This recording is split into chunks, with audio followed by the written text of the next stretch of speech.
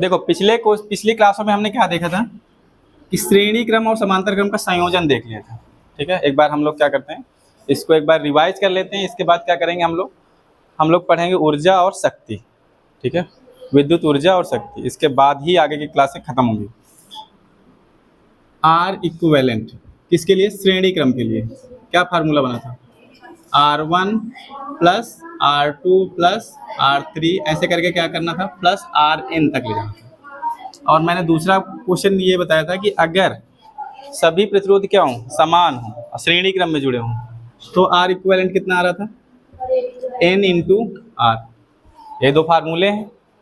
ठीक है, श्रेणी क्रम में क्या होता है, इसमें धारा नियत रहती है। क्या होता है? धारा नियत रहती है। क्या चेंज होता है? विभव।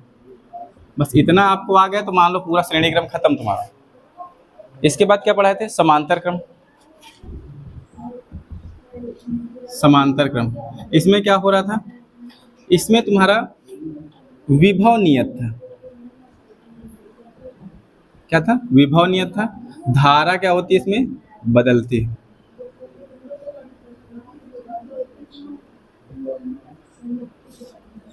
इसका फार्मूला आया था जो 1/R इक्विवेलेंट बराबर 1/R1 plus 1/R2 plus dash dash 1/Rn तक। मैंने ये भी बताया था कि अगर दो प्रतिरोध हो तो R इक्विवेलेंट हम ये ले सकते हैं कि R1 इंटू R2 बटे में R1 प्लस R2, ये कर सकते थे। और अगर सभी प्रतिरोध क्या हो, समान हो और समांतर क्रम में जुड़े हों, तो उसका क्या फार्मूला था? R इक्विवेलेंट बराबर होता है R/N। इतने फार्मूलों से आपका क्या हो रहा था? पूरा न्यूमेरिकल सॉल्व हो जा रहा था। यही फार्मूला हमें यहाँ पे लगाना है। अब जैसे यहाँ से हम चले, इससे क्या धारा निकल रही है? I। ठीक है, अब पिछली क्लास वाले तो सब भूल भाल गए हो, तो यहाँ देख लो सारे फार्मूले। आप यहाँ पर पहुँचे तो यहाँ पर दो धारा है ना, धारा क्या होंगी? बटेंगी। मैंने मान लिया यहाँ पर धारा आई I1 और यहाँ पर I2। तो ये धारा बढ़ रही है तो जाहिर सी बात है कि ये दोनों काहे में जुड़ेंगे? जब धारा बढ़ती है तो क्या होती है? समांतर क्रम का है ना ये, तो ये समांतर क्रम में जुड़ेंगे। अब यहाँ पर आई I1 धारा, तो ये क्या हो गई? ये भी दो भागों में डिवाइड हो गई। इसको मान लिए R1 डैश और इसको मान लिए R2 डैश। ठीक है, अब हम क्या करेंगे कि इन दोनों को भी समांतर क्रम में जोड़ेंगे। पहले हम क्या करेंगे? पहले हम इनको समांतर क्रम में जोड़ दें। ठीक है, कितने प्रतिरोध हैं? दो प्रतिरोध हैं। दो प्रतिरोध वाला फार्मूला है क्या अपने पास? हाँ बिल्कुल है, R1 इंटू R2 अपन में R1 प्लस R2। इसको देख लो, R डैश बराबर हम क्या कर सकते हैं? R1 plus R1 into R2 बटे में R1 प्लस R2। देखो 3 और 2, 3 गुणे 6, यही है। दूसरा R2 कितना? 6। कितना हो जाएगा? 3 प्लस 6, 6 त्रिक 18 और 6 3 9, 9 दूनी 18। R2 की R डैश की वैल्यू कितनी आई? 2 ओम आ गई। ठीक है, अब अगर हम ये बनाएं, इसका डायग्राम दोबारा बनाता हूं मैं, इधर ध्यान देना।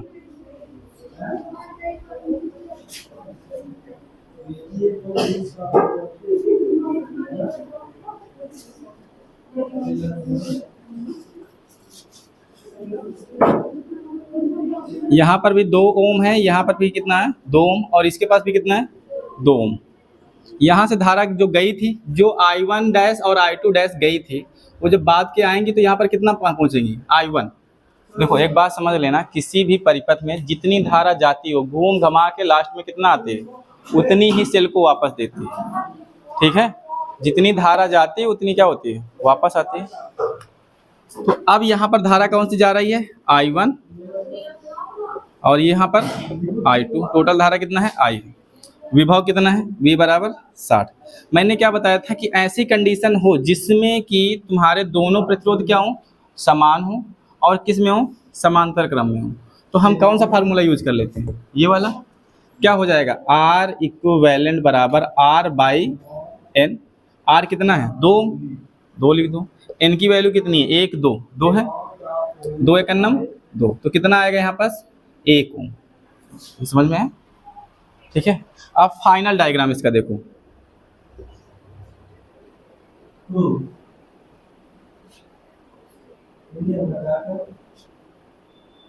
ये 60 वोल्ट है, 1 ओम है, 2 ओम है। यहाँ से I धारा चल रही है, यहाँ गई, यहाँ भी आई रहेगी, यहाँ पे भी आई रहेगी, सब जगह क्या है आई है। यहाँ पर धारा बढ़ रही है क्या? नहीं बढ़ रही ना। धारा नहीं बढ़ रही तो फिर कौन सा फार्मूला लगेगा? श्रेणी क्रम वाला। तो श्रेणी क्रम का फार्मूला क्या होता है? आर इक्विवेलेंट और डायरेक्ट फार्मूला लगा दें। आर इक्विवेलेंट बराबर हो जाएगा R1 प्लस R2। तो R1 कितना है? 1 प्लस 2 बराबर कितना आ गया? 3 ओम। तो आर इक्विवेलेंट आ गया आपके पास, तुल्य प्रतिरोध आ गया। पूरे परिपथ में कितना प्रतिरोध है? 3 ओम का प्रतिरोध है। ठीक है, हमें क्या निकालना है? धारा। तो यहाँ पर देख लो, धारा V बराबर क्या होता है? I R.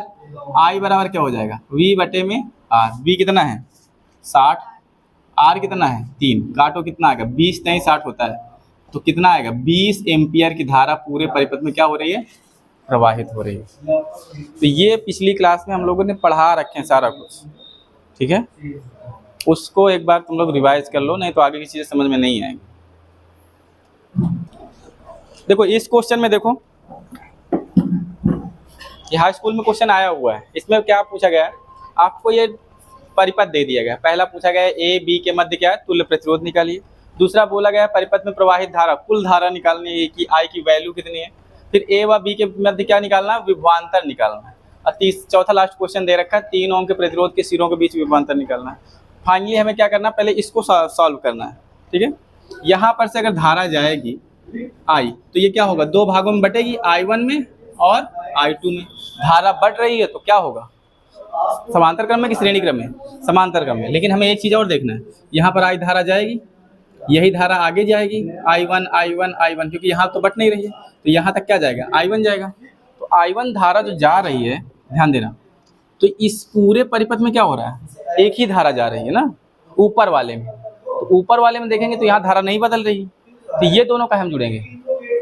श्रेणी क्रम में ना। इसी तरह इसमें भी है, ये दोनों काहे हम जुड़ेंगे? श्रेणी क्रम में। मतलब ऊपर वाले दोनों श्रेणी क्रम में, नीचे वाले दोनों श्रेणी क्रम में, फिर जाके हम क्या करेंगे? समांतर क्रम में। देखो इसको हम दोनों को सॉल्व करेंगे तो कितना हो जाएगा? ऊपर वाले को मान लेता हूँ R डैश, तो R डैश कितना होगा? 4 2 6, 4 प्लस 2 ओम कितना हो गया? 6 ओम। ऊपर वाले कितना हो गया? 6 ओम। नीचे वाले को देखो, 2 और 1, R डबल डैश कितना हो जाएगा? 2 प्लस 1 3 ओम। ठीक है, यहाँ तक समझ में? अब देखो, अब यहाँ से धारा क्या हो रही है? बदल रही है। अब इसका थोड़ा मैं डायग्राम बना दे रहा हूँ। तो यहाँ पर सिचुएशन अब ये वाली आ गई है। पूरा परिपथ नहीं बनाएंगे, सिर्फ इतना देखेंगे। यहाँ पर आपके पास 6 ओम है, यहाँ पर कितना है? 3 ओम है। जब ऐसी सिचुएशन होती है तो किस क्रम में जोड़ते हैं? समांतर क्रम में ना। तो समांतर क्रम का फार्मूला आपको पता होना चाहिए। कौन सा वाला लगेगा? ये वाला लगेगा, क्योंकि 2 प्रतिरोध हैं। 2 प्रतिरोध हैं तो हमें सीधा वाला फार्मूला लगा दें। आर इक्विवेलेंट बराबर R डैश गुणे R डबल डैश अपान में R dash plus R double dash, ये लगेगा R1 इंटू R2 अपान में R1 प्लस R2। तो ये कितना है? 6 गुणे 3 बटे में 6 प्लस 3, 6 त्रिक 18 और 6 3 9, 9 दूनी कितना आया? 2। अब ये पूरा सॉल्व होके कितना आ गया? 2 ओम प्रतिरोध आ गया। अब इस पूरे का सॉल्व कर लिए ना, टोटल कितना आया? 2 ओम प्रतिरोध आया। अब देखिए इसका डायग्राम बना रहा हूँ।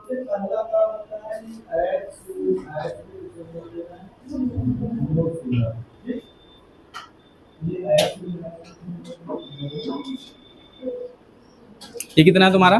2 ओम है, और ये कितना है? 3 ओम है। यहाँ पर V बराबर कितना है? 10 वोल्ट दे रखा है। धारा निकल रही है आपकी I, ठीक है। अब देखो यहाँ से अगर धारा I चल रही है तो पूरे परिपथ में I ही चल रही है, कहीं पे बदल नहीं रही है। तो ये दोनों कहाँ में जुड़ जाएंगे? श्रेणी क्रम में ना। तो R इक्विवेलेंट जो आएगा वो आएगा R1 प्लस R2। R1 कितना है? 2, R2 कितना है? 3, टोटल कितना आ गया? 5 ओम। R इक्विवेलेंट आ गया, ठीक है। हमसे पहला क्वेश्चन जो पूछा गया था ना, ए बी के मध्य तुल्य प्रतिरोध, ए बी के मध्य तुल्य प्रतिरोध वाला ये आंसर आ जाएगा। ए तथा बी के मध्य तुल्य प्रतिरोध कितना आ रहा है? 2 ओम, ठीक है। अगला क्वेश्चन है परिपथ में प्रवाहित धारा। तो परिपथ में अगर प्रवाहित धारा जानना है तो हमें क्या करना पड़ेगा? पूरा प्रतिरोध निकालना पड़ेगा। तो हमारा पूरा प्रतिरोध कितना आया है? 5 ओम। ए बी के बीच कितना प्रतिरोध है? 2 ओम। पूरे परिपथ का प्रतिरोध कितना है? 5 ओम। तो धारा बराबर हो जाएगा V बराबर, हमें पता है ओम के नियम से V बराबर क्या होता है? IR। तो I बराबर कितना हो जाएगा? धारा V बटे में R। V कितना है? 10, आर कितना है 5, 5 दूनी कितना है 2 एम्पियर की धारा इसमें क्या हो रही है, प्रवाहित हो रही है। दूसरा क्वेश्चन भी हो गया, पहला हो गया दूसरा हो गया। इतना नोट करिए, इसको साफ करता हूँ फिर आगे देखते हैं। अब हमारे पास कितने क्वेश्चन बचे हैं, 2। ये वाला ए बी के मध्य क्या निकालना, विभवांतर। बी बराबर क्या होता है आई आर, ठीक है। थर्ड नंबर क्वेश्चन है आपके पास, ए तथा बी के बीच क्या करना है, विभवांतर निकालना है, ठीक है। यहाँ पर कितना हो जाएगा, v बराबर क्या होता है आई आर। आई कितना है यहाँ पास 2 एम्पियर। आर की वैल्यू कितनी निकली थी इसमें ए बी के बीच, 5 नहीं थी 2 ओम था, यही तो ध्यान देना है। कितना था 2 ओम ना, तो कितना आ जाएगा 2 गुणे 2, 2 दूनी 4, ये 4 वोल्ट आ गया। अच्छा एक बात बताओ, आपसे ये पूछा जाए, अब ये वाला हो गया। चौथा नंबर क्वेश्चन देखो, 3 ओम प्रतिरोध के सिरों का विभवांतर, 3 ओम प्रतिरोध के सिरों का विभवांतर। देखिए पहले 3 ओम, अब यहाँ पर हमें जानना है कि हमारा प्रतिरोध कितना, वो विभव कितना होगा।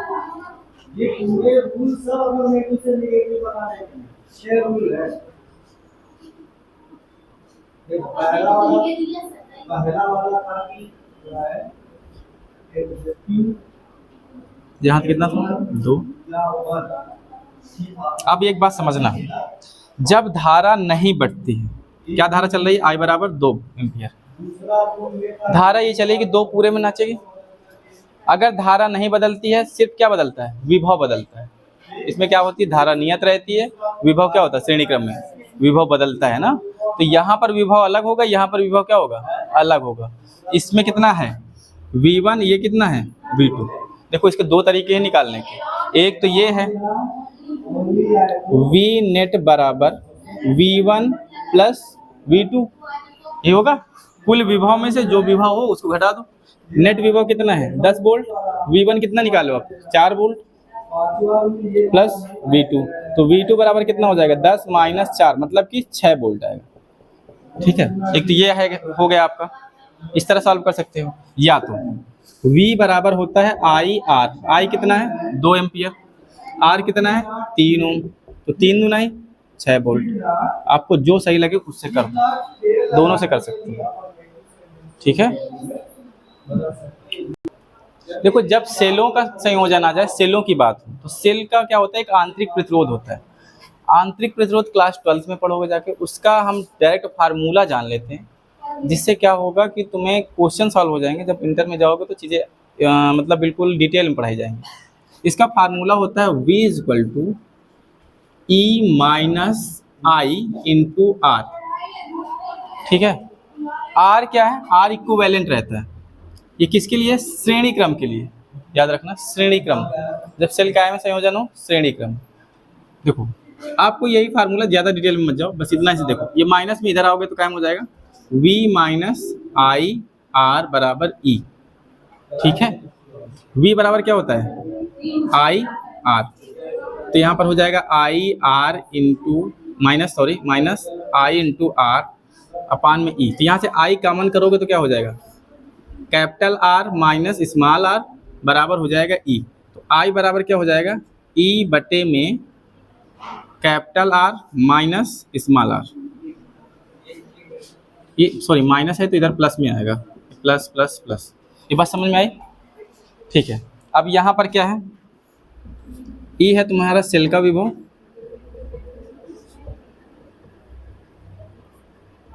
जिसको हम बोलते हैं EMF, ठीक है। और कैपिटल R क्या है, बाह्य प्रतिरोध,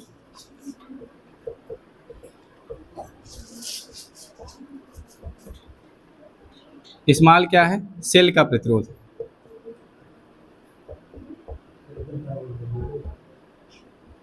या तो बोलते हैं इसको आंतरिक प्रतिरोध,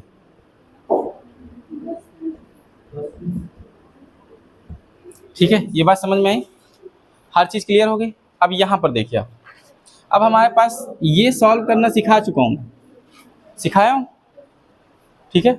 सिखाने में मैंने क्या बोला था कि इसको अगर दोनों क्या हों, समांतर क्रम में हो और समान हो, तो एक फार्मूला मैंने बताया था आर इक्विवेलेंट बराबर होता है आर बाई एन, है ना।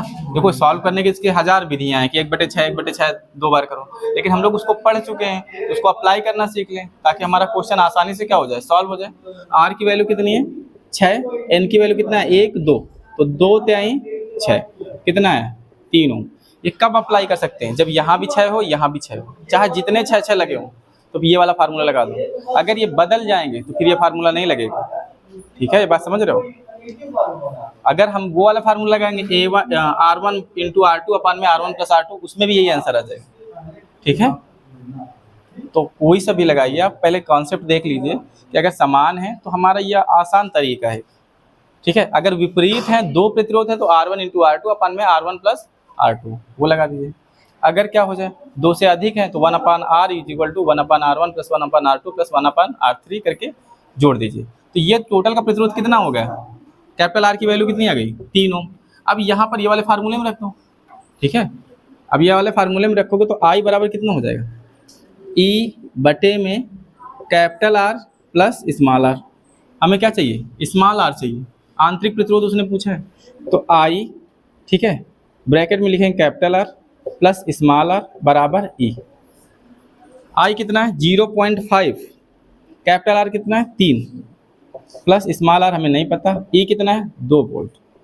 समझ में, ठीक है। अब इसको रखिए, 0.5 को क्या लिख सकता हूँ 1/2, ये तो पता है ना, भिन्न बदलना, 3 प्लस स्मॉल r बराबर 2, ये भाग में इधर जाएगा तो क्या हो जाएगा गुणे में, तो 3 प्लस r बराबर 2 गुणे 2, तो 3 प्लस स्मॉल r बराबर 2 दूनी 4, ये प्लस में उधर जाएगा तो क्या हो जाएगा -4 -3, तो r की वैल्यू कितनी आई 1 ओम। आंतरिक प्रतिरोध कितना होगा, यहाँ पर लिख दो, आंतरिक प्रतिरोध स्मॉल r बराबर हो जाएगा आपका 1 ओम। ऐसे करके ये क्वेश्चन सॉल्व करना है, ये नोट कर लीजिए आप। देखो इस क्वेश्चन में I की वैल्यू दे रखी थी, I की वैल्यू जो थी वो 0.5 एम्पियर, अनसाल्ट का क्वेश्चन है, तो I की वैल्यू उसमें दे रखी है बस।